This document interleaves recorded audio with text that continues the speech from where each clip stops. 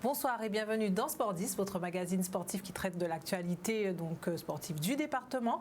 Et ce soir donc nous parlerons de rugby avec mon premier invité qui va donc nous présenter un stage organisé par le Good Luck Rugby, donc avec Monsieur Laurent Haut. Bonsoir. C'est bien Haut, non, on dit Haute, ouais. Haute.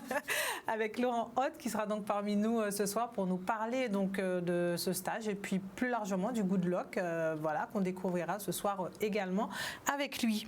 On reviendra également avec notre deuxième invité et cette fois ce sera du basket et je recevrai donc Sabrina Pali avec qui donc je parlerai du 3-3. On en a parlé un petit peu la semaine dernière avec l'AS Vatap qui organisait donc un tournoi.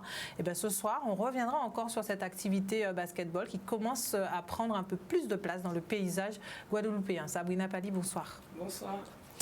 Voilà, donc avant de retrouver tout ce beau monde, donc on démarre avec la 8e journée donc de Régional 1 Vito. Bien sûr, on parle de foot. Il va y avoir donc la 8e journée ce soir.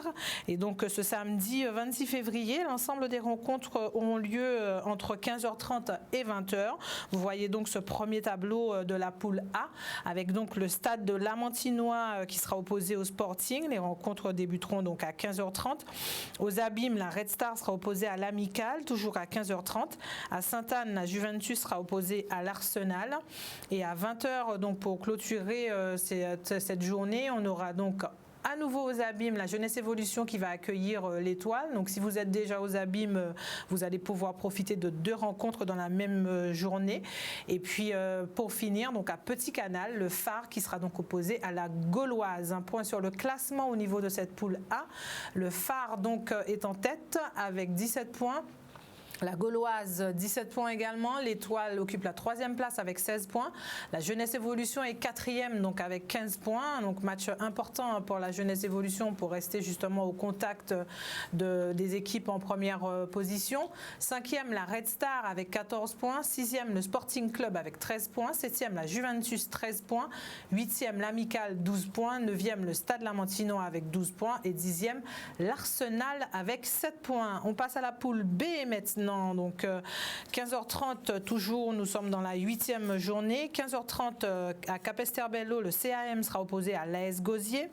À Vieux-Habitants, le Racing sera opposé au CSM. À Bémao, la Solidarité Scolaire sera opposée au Sirocco.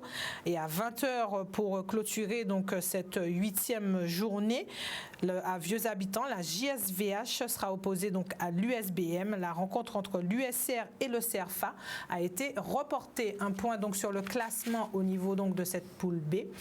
L'AS Gosier est en tête avec 22 points, ex-aequo avec donc le CSM 22 points également. 3e le Sirocco 18 points, 4e la Solidarité Scolaire avec 16 points, 5e CAM avec 15 points, 6e la JSVH avec 14 points, 7e le CERFA FC avec 13 points, 8e l'USBM avec 8 points, 9e l'USR 7 points et qui ferme la marche donc de ce classement de la poule B, c'est le Racing avec 6 points. Voilà pour cette 8e journée donc de la Régionale 1 Vito. Voilà des rencontres bien sûr que vous pouvez suivre ce week-end si jamais bien sûr vous êtes passionné de foot. Mais il n'y a pas que du foot en Guadeloupe, il y a aussi du rugby. Et donc je retrouve Laurent Haute, justement. Donc vous êtes président du Good Luck. Non, je suis un membre élu du bureau et je suis en charge de la politique sportive du club. Alors justement, vous organisez demain une journée découverte de beach rugby où ça a été sur toute la semaine. Est-ce que justement vous pouvez nous présenter un peu Oui, bien sûr. Donc en fait dans le cadre d'un partenariat qu'on a avec le Stade Toulousain qu'on a débuté il y a 5 ans, ils viennent animer sur toutes les vacances de carnaval des stages pour les enfants âgés de moins de 8 ans. Donc on a démarré à 6 ans jusqu'au moins de 18. Donc ça a commencé lundi, mardi, mercredi. On a un deuxième stage qui est pour les plus grands, donc pour les 14, 16, 18 à partir de lundi prochain jusqu'à jeudi. Et pour faire la transition entre ces 2 stages, en fait, on a cette journée de beach rugby demain sur la Dacha pour faire parler du rugby, pour que les enfants puissent venir essayer. L'idée, c'est de faire découvrir cette activité au maximum d'enfants. Alors justement, la plage, c'est un lieu en plus agréable, donc c'est vraiment lié ce côté un peu ludique, très facile, surtout où on se dit le rugby, c'est un sport aussi d'impact. Donc de se dire voilà, que ça peut être sympa, ça peut être ludique, venez profiter, quoi.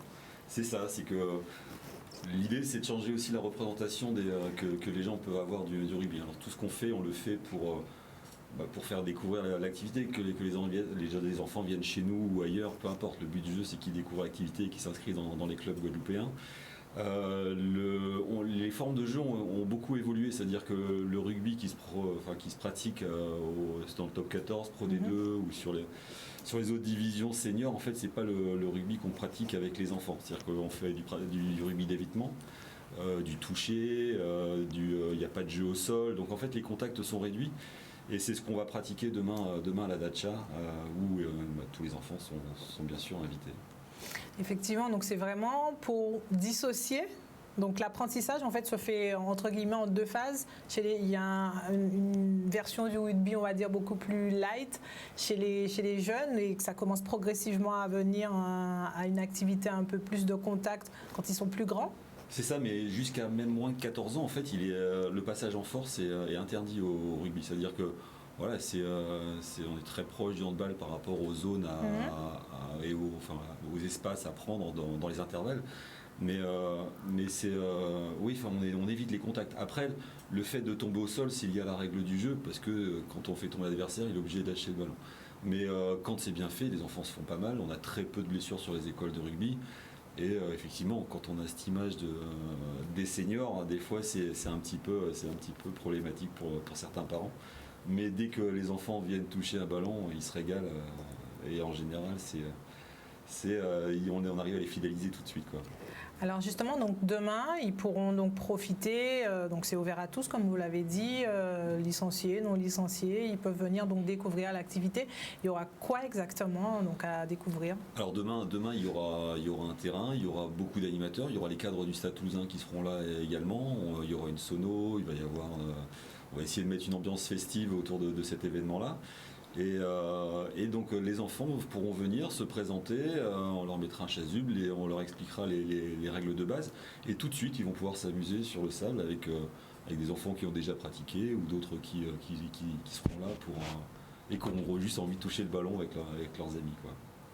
Dans votre développement aujourd'hui, c'est vrai que ça c'est une belle action d'ouverture, de montrer qu'effectivement le rugby est bien présent en Guadeloupe, et c'est un sport tout de même qui a une belle place aussi dans justement ce paysage sportif guadeloupéen.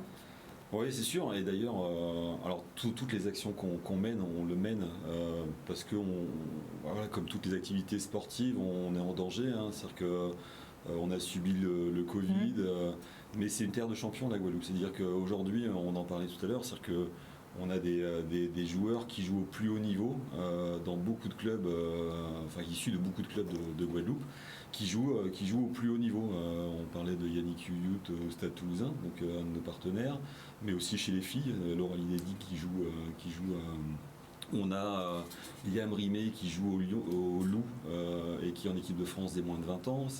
Je pourrais vous en donner des dizaines de jeunes champions qui sont passés par les clubs guadeloupéens et qui aujourd'hui sont au plus haut niveau. Donc on essaye de perdurer ça et de faire perdurer ça et de cultiver ça.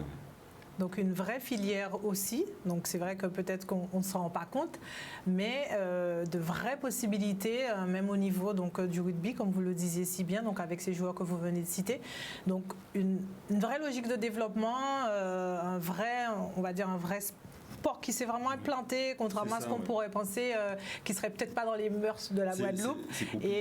Et pourtant, on se rend compte que il se passe beaucoup de choses. C'est ça, c'est compliqué, mais on essaie vraiment de faire changer la représentation et de faire découvrir dans les écoles. Alors, on est en partenariat avec des cadres du comité qui ont énormément d'actions dans les écoles.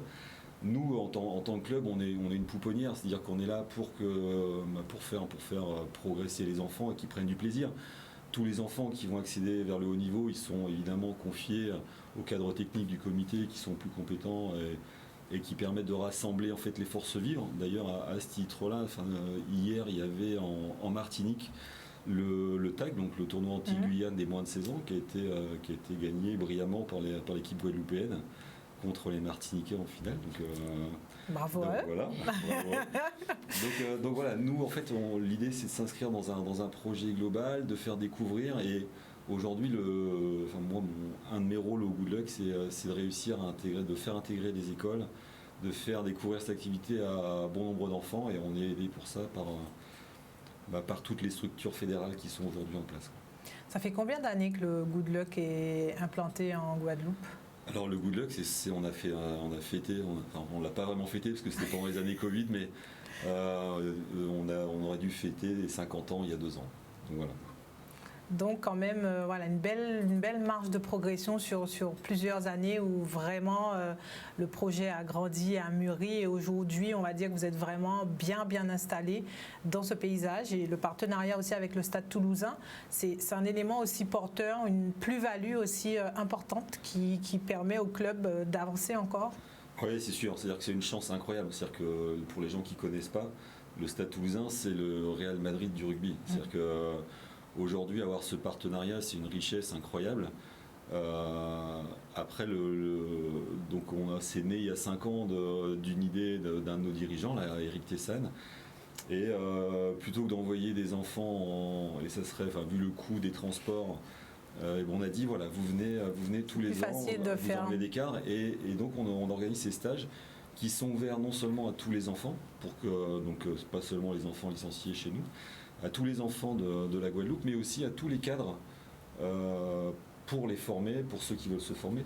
L'idée, c'est de vraiment faire croître le niveau en Guadeloupe grâce à ces gens-là qui nous suivent toute l'année, qu'on peut appeler, qui sont ultra disponibles et qui nous accueillent aussi l'été sur leur stage. Donc voilà, pour eux, c'est gagnant parce qu'ils se plaisent bien de venir ici et puis ils ont un œil bienveillant sur nos jeunes pousses.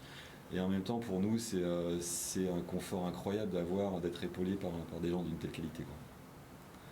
Très bien, donc on rappelle le rendez-vous donc, de demain. Demain donc à la Dacha de 9h à midi. Et puis pour les enfants de moins de 14 à moins de 18, qui même les non licenciés peuvent venir faire le stage au Good Luck. Le deuxième stage du 28 au 3 mars. C'est ça. Un stage qui est payant. Oui, c'est payant. Oui, faut le préciser quand même. Oui, voilà. Il y a une petite participation. Voilà, c'est ça. C'est pas méchant. Non, mais pas de souci. Non, c'est pas de souci. Très bien. Bon, je pense qu'on continuera à échanger tout à l'heure, justement, avant de revenir et de passer au basket. On parle un peu donc de tennis ce soir avec Gilles Moreton, le président de la Fédération française de tennis, qui était donc de passage en Guadeloupe. Il revient pour nous sur les objectifs justement de cette visite dans notre département au micro d'Olivier Moradel. L'objectif, c'est de venir à la rencontre de la Ligue de Guadeloupe, mais aussi des enseignants, des dirigeants de clubs, des présidents, des bénévoles qui œuvrent pour le tennis au quotidien et d'essayer de comprendre la problématique et la spécificité des territoires. Nous avons réservé notre premier déplacement avec le secrétaire général de la Fédération au territoire d'outre-mer, puisque nous étions en Guyane, puis Martinique et maintenant en Guadeloupe. Premier déplacement d'après Covid, j'espère qu'on en est sorti. Et vraiment, c'est un objectif pour nous d'écouter, d'apprendre, de comprendre la spécificité des territoires. Tous les outre-mer ne sont pas identiques. C'est-à-dire que la Guadeloupe a cette particularité d'être un chapelet d'îles. Nous sommes, je parle de Saint-Martin, mais je parle aussi de Saint-Barthélemy, qui font partie de la Ligue de Guadeloupe et aussi Marie-Galante et la Désirade. Donc, pour pouvoir participer aux activités de la Ligue, ça a un coût, puisqu'il y a un déplacement, puisque à tel enseigne que moi je suis là aujourd'hui, j'arrive de Saint-Martin pour participer à cette réunion. Donc j'ai voulu faire passer ce message-là au président, qui l'a entendu et qui essaiera de traduire un budget ou autre cette condition archipélagique. On avait pas mal de messages à faire passer, surtout montrer un peu comment ça fonctionne en Guadeloupe, présenter le projet sportif, ce qu'on met en place et les résultats et surtout les grosses difficultés qu'on rencontre au niveau de la situation archipélagique. Les déplacements, les infrastructures vétustes, les coûts onéreux. Donc voilà, et trouver des solutions, quelles solutions qui peuvent nous apporter aussi. On se rend compte que de loin, de la métropole, on avait tendance à mettre un petit peu tout le monde dans le même panier. Et on se rend compte en étant présent depuis maintenant plusieurs jours que chaque territoire a sa véritable spécificité et qu'on se doit d'avoir cette écoute-là et cet apprentissage-là pour essayer de trouver des solutions. Un moment donc de partage et d'échange important donc pour l'évolution du tennis guadeloupéen. Espérons que cela portera donc ses fruits. On passe maintenant au basket avec notre deuxième invité du soir et cette fois je redis bonsoir à Sabrina Pali. Bonsoir. Alors Sabrina Pali qui donc est de passage en Guadeloupe pour justement animer un stage et puis également dans l'organisation d'un tournoi autour du 3-3 justement, une discipline comme je disais dont on parlait la semaine dernière qui commence effectivement à prendre un peu de la place dans le paysage du basket guadeloupéen et c'est quelque chose qui vous tient à cœur, développer justement cette activité en Guadeloupe. Oui, la discipline 3-3, c'est nouvellement olympique depuis 2017. Et je pense que sur le territoire guadeloupéen, enfin, c'est l'idéal pour développer le 3-3. Moi-même, j'ai commencé par le basket de rue, donc c'est issu du 3-3 quand même. Et de voir tous ces jeunes qui jouent sur les terrains de basket, bien évidemment que ça m'est venu à l'idée, et avec l'impulsion de la MJCA, de pousser cette discipline et de faire le premier stage qui a eu lieu cette semaine. D'ailleurs, j'ai plus de voix parce que j'ai dû crier, donc je force un peu pour parler. Mais ça a été un stage vraiment super. Les enfants se sont bien adaptés malgré des exercices qu'ils n'avaient pas l'habitude de faire parce que le 3-3, c'est vraiment une discipline à part. Alors, ils ont l'habitude du 5-5. Mais il y a des règles, des nouvelles règles qui sont mises en place et puis pour les intégrer, voilà, il faut un peu de temps quand même. Ça témoigne aussi donc de cette volonté de pouvoir bien comprendre cette discipline justement et pas juste de se dire ah ouais bon ben c'est comme avant, ouais c'est un souhait, on va se faire un petit 3-3 parce qu'il y avait effectivement des règles un peu spécifiques et donc peut-être que les gens aussi restent encore sur cette image du 3-3, mais il faut bien comprendre que c'est tout autre chose tout de même si ça a cette dénomination, mais dans l'organisation du jeu, dans ce que ça demande, c'est quand même tout autre chose. Bien évidemment. Moi, j'utilise l'outil 3-3 c'est un outil pédagogique pour moi. C'est-à-dire qu'on rassemble, il y a l'esprit d'équipe, malgré qu'on soit 4 dans l'équipe. Il y a aussi la communication qui tient en compte. Il y a la gestion des émotions.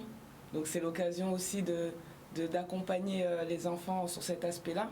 Mais il y a aussi des stratégies à mettre en place. Bon, on n'en est pas encore là avec les jeunes parce que c'est pas le but pour l'instant. C'est vraiment que ils prennent plaisir à jouer au basket ensemble et qu'il y ait cette solidarité qui se retrouve à travers ce sport et qui, dans le 5-5, sans négliger le 5-5, qui se perd finalement parce qu'on est beaucoup sur les stats, sur l'individualité et puis voilà, centré sur soi. Mais c'est un peu aussi le reflet que la société donne, hein. C'est pas la faute des enfants, mais justement cette discipline 3-3, elle ouvre à ça. Et les règles 3-3, il y a des règles précises où on parle avec un check ball, où la remise en jeu elle se fait en haut de la ligne à 3 points pour ceux qui connaissent. Et puis après, les paniers ne valent pas les mêmes points que le 5-5. Donc c'est le panier valent 2 points à 3 points et 1 point à l'intérieur. Donc ça permet aussi aux enfants de mémoriser aussi une autre façon de faire. Ça va très vite et c'est très physique. Donc pour la prépa physique, c'est super. Et la motricité aussi notamment. Oui, parce que justement, c'est 10 minutes ou 21 points. C'est bien ça, oui. Donc c'est vrai que c'est 12 secondes d'attaque et c'est non-stop, quoi. Tant qu'on n'a pas fait les 21 ou qu'on n'a pas atteint les 10 minutes, on joue. C'est ça. Il n'y a pas bon, c'est la fin du premier quart-temps, ok, on va se poser, on revient. Donc c'est vraiment au niveau du cardio, voilà. Il faut vraiment être prêt aussi. Donc c'est dans cette prépa aussi, c'est aussi intéressant pour les joueurs justement de pouvoir adhérer aussi à cet aspect-là. Oui, c'est intéressant pour eux parce que finalement on revient à l'autonomie.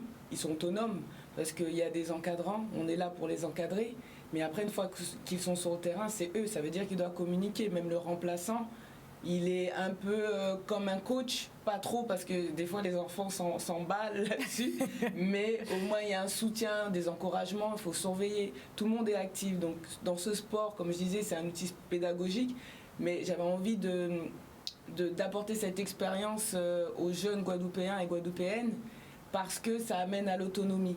Parce qu'aujourd'hui, voilà, les enfants attendent toujours après un adulte. Notamment, je l'ai remarqué plus ici, j'ai dû aussi m'adapter par rapport à ça. Ça a été aussi formateur pour moi. Mais le fait de les rendre autonomes, de leur faire confiance, et puis eux qui apprennent à avoir confiance, je trouve que c'est important vraiment d'appuyer dessus lorsqu'on présente cette discipline 3-3. Donc justement, une semaine où les enfants ont pu travailler, avancer dessus, découvrir les règles. Vous avez le sentiment tout de même que voilà, qu'ils sont repartis avec cette envie de se dire ok, je vais refaire du 3-3 ou c'est encore, il va falloir encore remettre des couches et des couches pour que ça puisse vraiment s'imprégner. Alors, ils l'avaient déjà en eux, je pense, parce qu'ils jouaient sur les terrains. Mais sauf que c'était avec leurs règles à eux, ce qui est tout aussi bien. Mais moi, je pense qu'ils ont... Ici, il y a des jeunes, comme le disait Laurent, c'est la terre des champions. Il y a des jeunes qui ont des capacités incroyables.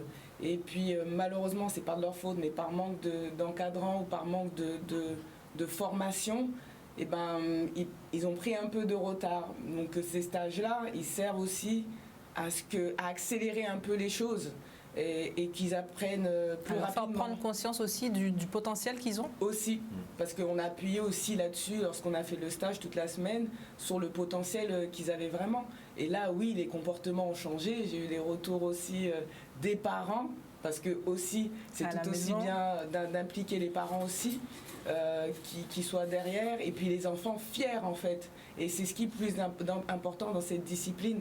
C'est pas la compétition, parce qu'on n'est pas vraiment dans cet esprit de compétition, c'est plus la convivialité, retrouver cette solidarité, la communication qui est différente forcément. Moi, ça m'a rappelé mon enfance quand j'avais oublié certaines choses. Alors j'ai pris d'autres habitudes, forcément un peu métropolitaines.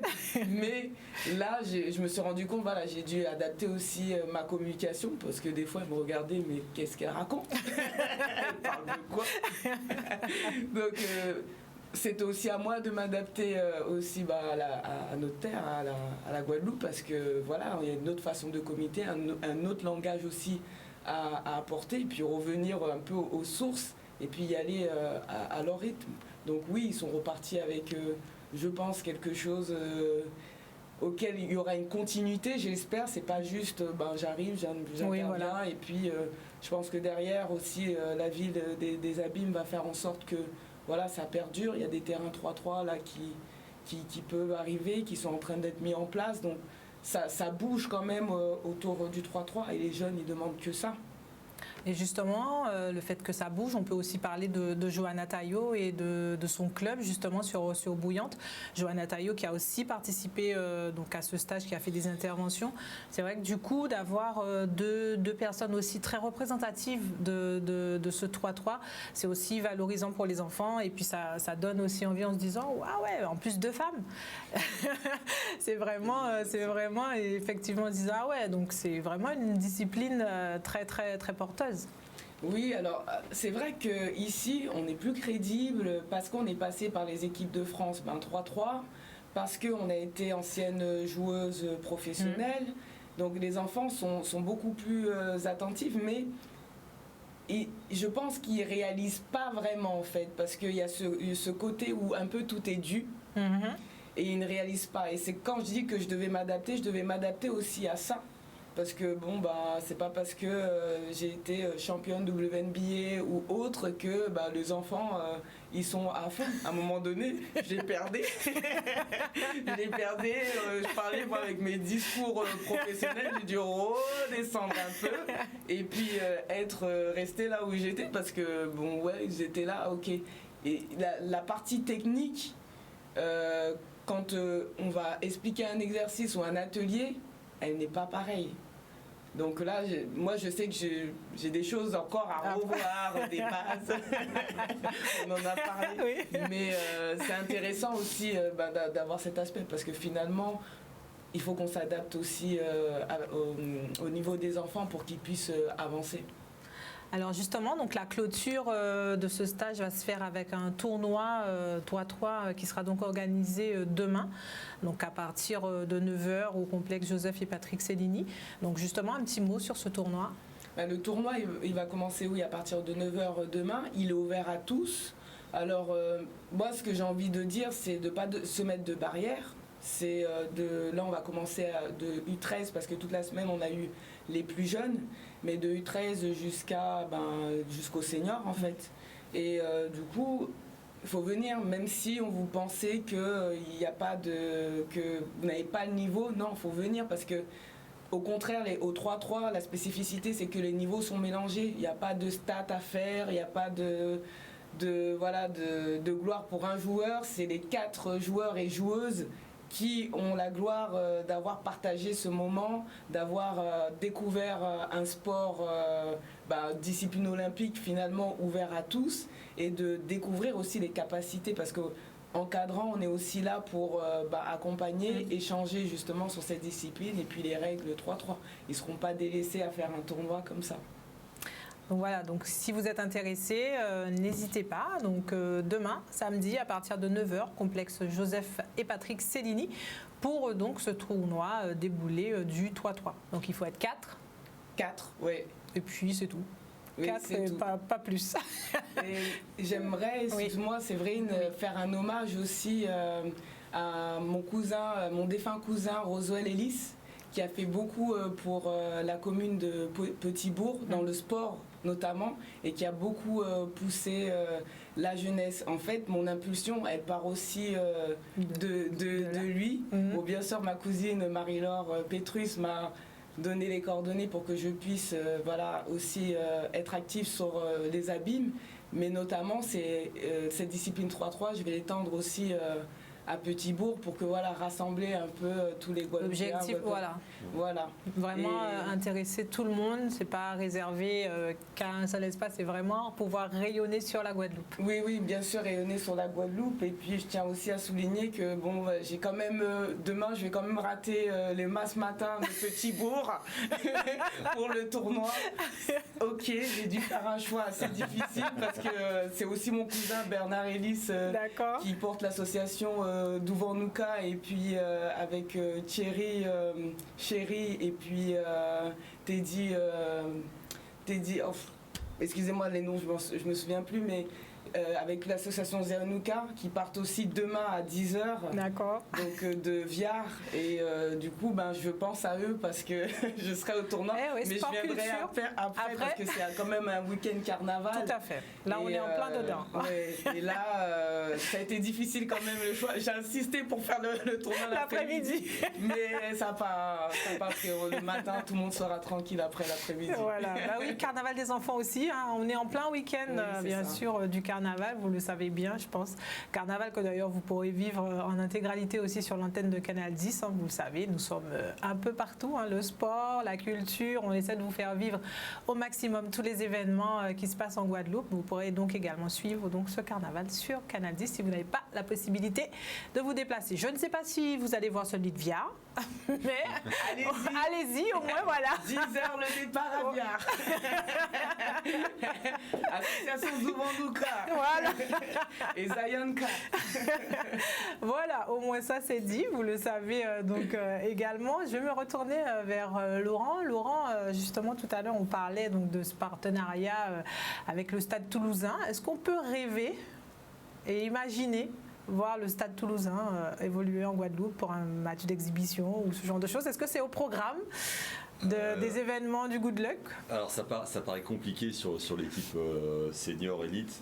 Maintenant, on ne désespère pas d'organiser. On a différents tournois, dont un tournoi qui se déroule en fin d'année à Goya, qui s'appelle le Pérez, et en fait qui rassemble toutes les équipes de l'école de rugby de Guyane, de Martinique, et donc on ne désespère pas de réussir à faire venir des équipes du Stade Toulousain et d'autres de métropole.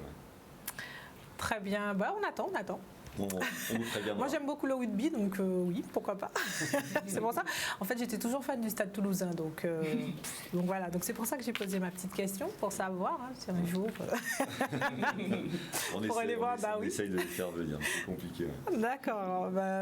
J'attends alors. D'accord. Ce week-end, il y aura aussi du hand féminin, donc avec les quarts de finale de la Coupe de la région Guadeloupe. 2 rencontres au programme ce samedi 26 février, donc 18h au gymnase de Petit Canal. Zayanna sera opposée à la JSA. Et à 18h également au gymnase Sully Barny, c'est de Douville, c'est l'Intrépide qui sera opposé donc à la JTR. Et sachez que Didier Dinard est de passage également en Guadeloupe. Il était donc ce soir justement à Sainte-Anne au gymnase Sully Barny depuis 17h pour échanger justement avec les joueurs et joueuses de l'Intrépide et également avec les personnalités qui ont fait donc le déplacement.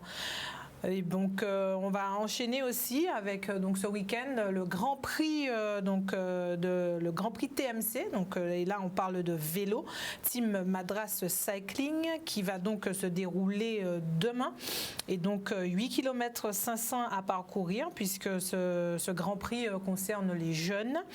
Il y aura donc un parcours à faire, carrefour Selcourt, route de Renéville, carrefour de Bois-Gelonne, carrefour Saint-Charles, carrefour Saint-Jacques, carrefour Bois-Vipard, carrefour donc Selcourt pour revenir. Donc les premiers départs sont prévus donc à 12h avec donc les catégories féminines où donc 7 équipes sont engagées. Il y aura 19 participantes donc au départ. Ensuite, ce sont les cadets. La course va partir à 17h30. Il faudra effectuer donc 8 tours. Les filles devront effectuer 6 tours. Ensuite, on enchaîne avec les minimes à 15h35 qui devront effectuer 3 tours. Les pré-licenciés vont partir à 16h30 et devront effectuer 1 km 250. Les poussins, eux, devront faire 5 km et le départ est prévu à 16h40. Les pupilles, donc, devront effectuer un tour, départ à 16h55. Et pour clôturer donc, ce Grand Prix Team Madras Cycling, ce sont les benjamins qui prendront le départ à 17h20 et devront faire un tour et demi, donc, ce qui représente 17 km. Voilà donc pour un peu l'actualité sportive donc, de ce week-end. J'espère que parmi tous nos événements, vous allez trouver un événement qui vous intéresse et auquel vous pourrez éventuellement participer ou au moins aller regarder. Et puis, bon, si vous n'avez pas trouvé d'événement sportif, bon, sachez qu'il y a le carnaval. Donc, on rappelle, Laurent, le rendez-vous rugby donc, de ce week-end. Donc, le stage sur la Dacha, le beach rugby à la Dacha où tout le monde est bienvenu pour emmener les enfants, pour regarder. Puis, voilà. À partir de quelle heure? 9h? De 9h à midi. Voilà. Et donc Sabrina, le rendez-vous basket du week-end? Demain à 9h au stade de Bois-Rivaud.